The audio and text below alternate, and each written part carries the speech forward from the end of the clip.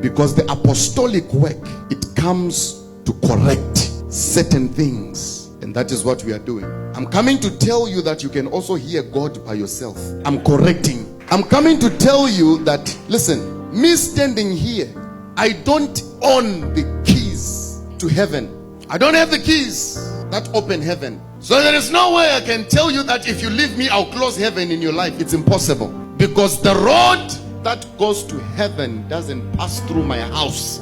This message of back to Christ will be received by those who are in bondage, yet in churches. It will be rejected by those who are keeping some people in bondage in church.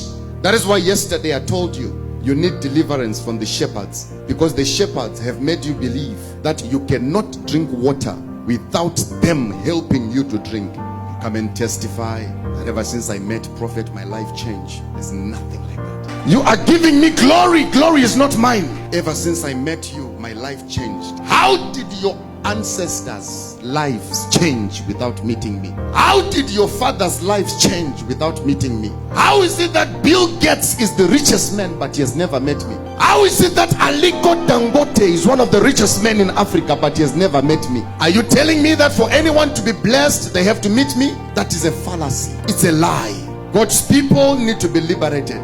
Take me back to the days of Nicholas Bengu, where you would preach the gospel filled with fire. Take me back to the days of NJ Sitole. Take me back to the days of Archbishop Benson Idahusa, where you would preach the gospel that is not compromised. Take me back to the days of Reinhard Bonnke, where you would come and give the message of soul winning without compromise. Take me back to the days of Catherine Kuhlman. Take me back to those days. That is the gospel that I want, not this 2019 nonsense. This one, I don't want it. It favors the rich, it rejects the poor. Keep it for yourself. Keep it. I don't want it. Take me back. And I say this with a bleeding heart. I say this with an open heart and an open spirit.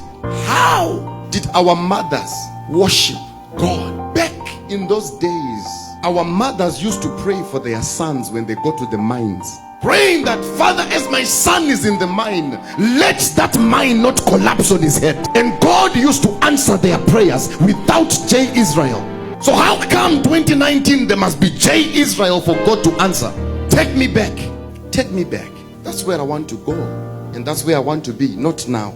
That's the gospel that I want. The gospel that shakes everyone to come and kneel down on the altar and weep out of conviction. Not the gospel that leaves the altar full of money without conviction in anyone's life. That gospel, keep it in your house. I don't want it. Back in the days where young men and women used to gather, seeking the face of God, arranging all-night prayers to pray, arranging all-night vigils to seek the face of God. Back in those days where our mothers used to drag us to say, let us go and hear the gospel, where we would get to church and hear the man of God speaking Christ, not himself. Take me back. I want the gospel that makes me uncomfortable when I'm sitting down.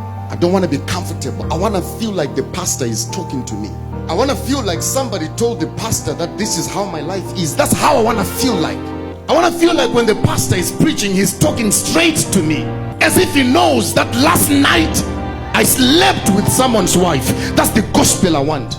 Not the gospel that makes me excited and go home and tell people that, oh, service was powerful. When you leave here, they'll ask you how was church. You will say, give me time. I want the gospel that when people ask you, how was church? You can't explain to them how church was, because you are afraid that if I start speaking now, I might break into tears. Take me back. You were blessed before you met me. You were blessed before you met your first pastor. If you were breathing and you were alive, what makes you think that now because you left wherever you were, your life is going to stop? Devil is a liar. I said the devil is a liar.